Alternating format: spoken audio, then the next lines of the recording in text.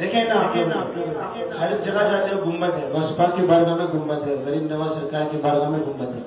یہ گنبد کا ذکر شاعر کیوں فرماتے؟ دیکھیے، یوں تو گنبد ہے جہاں میں ہر جگہ، یوں تو گنبد ہے جہاں میں ہر جگہ، یوں تو گنبد ہے جہاں میں ہر جگہ، یوں تو گنبد ہے جہاں میں ہر جگہ. پر گنبد خضرا تیری کیا بات ہے، گنبد خضرا تیری کیا بات ہے، آمد سرکار کی کیا بات ہے، کیا بات ہے، آمد سرکار کی کیا بات ہے. سرکار کی آمد، دلدار کی آمد، آقا کی آمد، آمنہ بی بی کا لال آ گیا ہے، آمنہ بی بی کا لال آ گیا ہے، آمنہ بی بی کا لال آ گیا ہے، آمنہ بی بی کا لال. اب سمجھیے سب کا بیڑا پار ہے، اب سمجھیے سب کا بیڑا پار ہے، آمد سرکار کی کیا بات ہے، کیا بات ہے، آمد سرکار کی کیا بات ہے،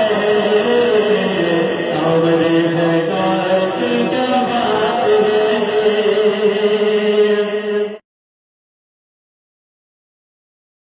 شہید دشت کربلا علیہ السلام، ائمہ اہل بیت. عرف عام میں ہم آپ 12 امام کہتے ہیں نا، 12 امام. ان اہل بیت کے اماموں نے دین کو آگے بڑھایا، صحابہ نے دین کو آگے بڑھایا، دین سے جوڑا، دین کی خدمت کی، دین کی تبلیغ کی، دین کو دنیا والوں تک پہنچایا، بڑے پیارے انداز میں پہنچایا.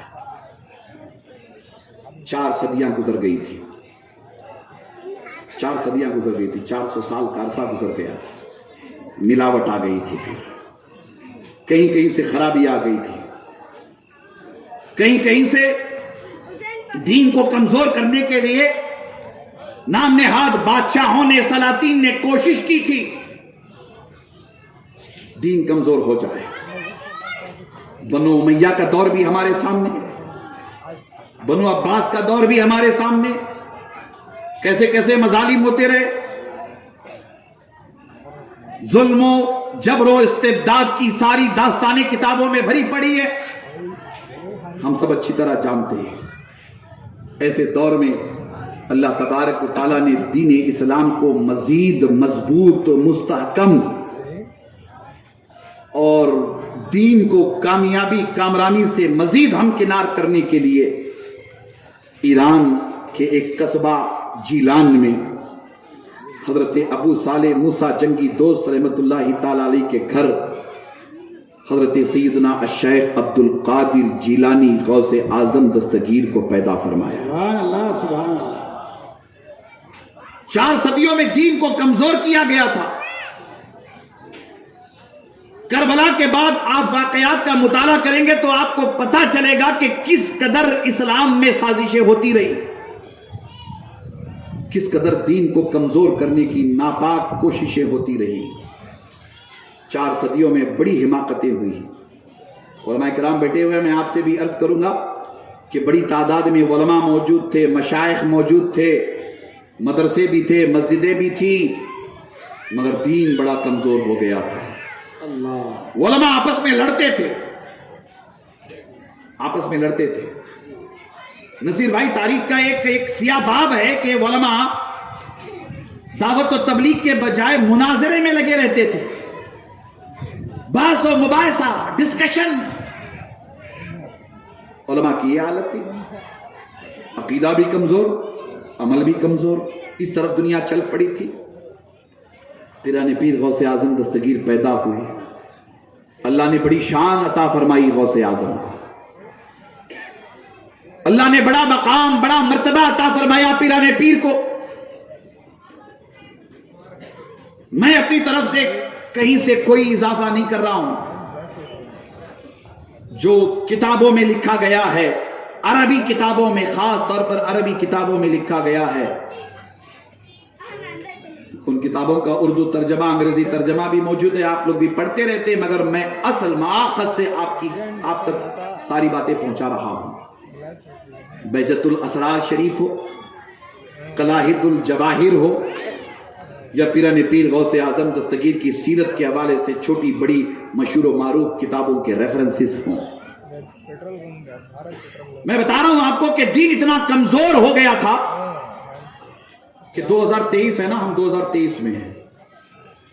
2023 میں تھوڑا سا بھاسکر صاحب، ہم اپنے نوجوانوں سے خطاب کر رہے ہیں، ان کو تھوڑا سا ہم سمجھانے کی کوشش کر رہے ہیں. اللہ اکبر. یہ 2023 میں ہیں ہم لوگ. بتائیے وہ کون سی برائی ہے جو ہم میں موجود نہیں ہے؟ عالم انسانیت میں تو برائیاں ہیں ہی ہیں. میں ایسا نہیں کہہ رہا ہوں کہ صرف مسلمانوں میں ہیں، ہمارے دوسرے مذاہب کے ماننے والوں کے درمیان بھی بہت ساری برائیاں ہیں. میں اپنوں کی بات کر رہا ہوں، آپ سے مخاطب ہوں. مجھے بتائیے کہ وہ کون سی برائی ہے جو ہم میں موجود نہیں ہے. میں اگر جھوٹ کی بات لے لوں، غیبت کی بات لے لوں، چغلی کا تذکرہ کروں، گالی گلوچ کا میں ذکر کروں، آپ ذرا غور کر کے دیکھیں کہ یہ وہ برائیاں ہیں، وہ بیماریاں ہیں جو ہمارے معاشرے میں ہمیں کھوکھلا کر رہی ہیں. ہمارے معاشرے میں ہمیں کھوکھلا کر رہی ہے. ہمارے معاشرے میں ہمیں کھوکھلا کر رہی ہے. یہ وہ برائیاں ہیں جو ہمارے نوجوان طبقے کو تباہی بربادی کی طرف لے جا رہی ہے. بہت بڑے پیمانے پر ہمارا نوجوان طبقہ ڈرگس استعمال کرتا ہے.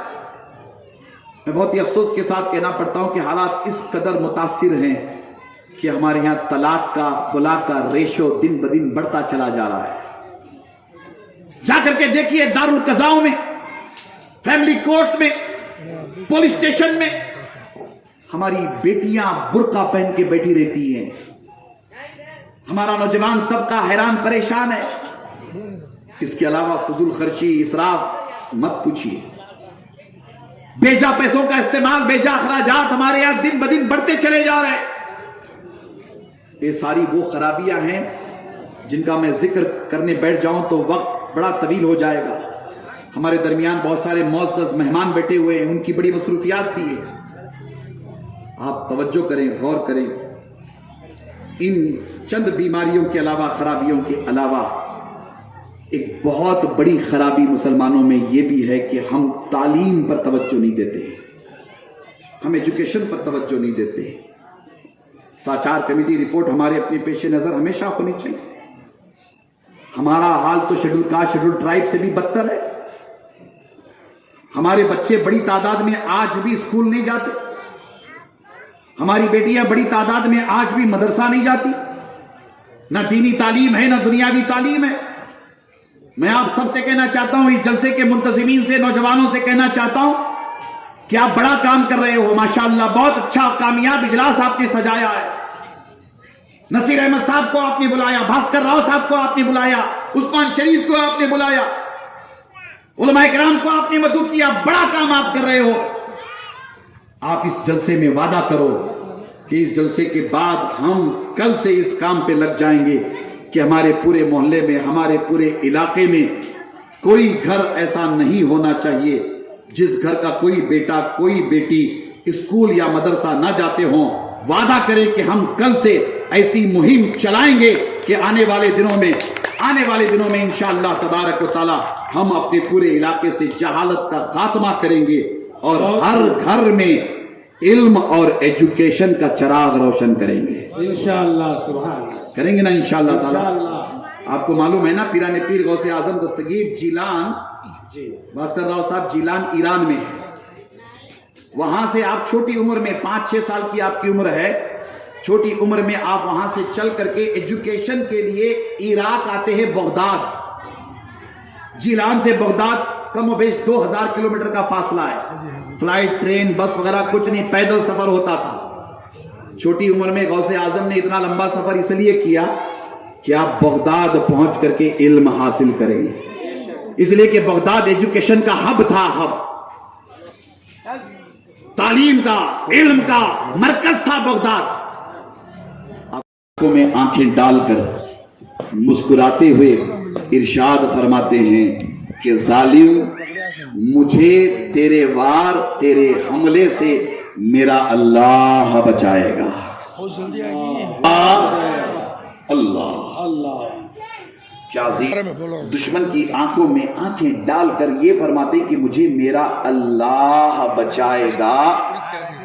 راوی بیان کرتا ہے کہ حضور کی زبان نبوت و رسالت سے نکلنے والے یہ الفاظ دشمن کے دل، دماغ، اس کے وجود پر ایسا اثر کر گئے کہ وہ وہی کھڑے کھڑے تھر تھر تھر کانپنے لگا، اس کے وجود پر لرزہ طاری ہو گیا، اس کے ہاتھ سے تلوار نیچے گر گئی، وہ کانپنے لگا۔ اللہ کے رسول آگے بڑھتے اپنی تلوار لیتے اور تلوار لے کر کے اللہ کے رسول اس دشمن کی آنکھوں میں آنکھیں ڈال کر ارشاد فرماتے ہیں کہ ظالم بتا، اب میرے وار سے تجھے کون بچائے گا؟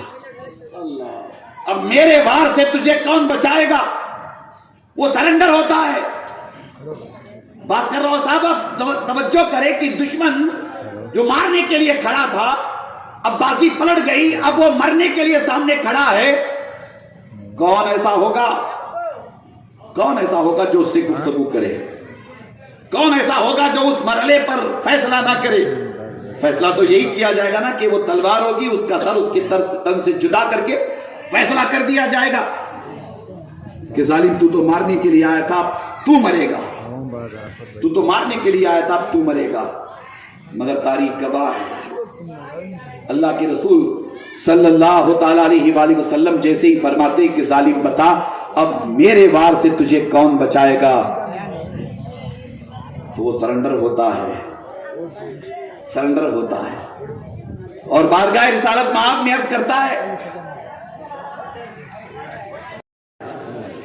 صرف انکمنگ آؤٹ گوئنگ نہیں، دونوں کھائے بھی ہیں اور کھلائے بھی ہیں۔ ماشاءاللہ یہ بڑا اچھا عمل ہے، نیک عمل ہے۔ کھانا کھلانے سے، بلانے سے، مدعو کر کے غریبوں کو، یتیموں کو کھانا کھلائیے، اس سے اللہ اور اس کے رسول خوش ہوتے ہیں، اس سے اللہ کی رحمت نازل ہوتی ہے، اس سے پیار محبت بڑھتا ہے نا۔ یہی غوث اعظم ہے۔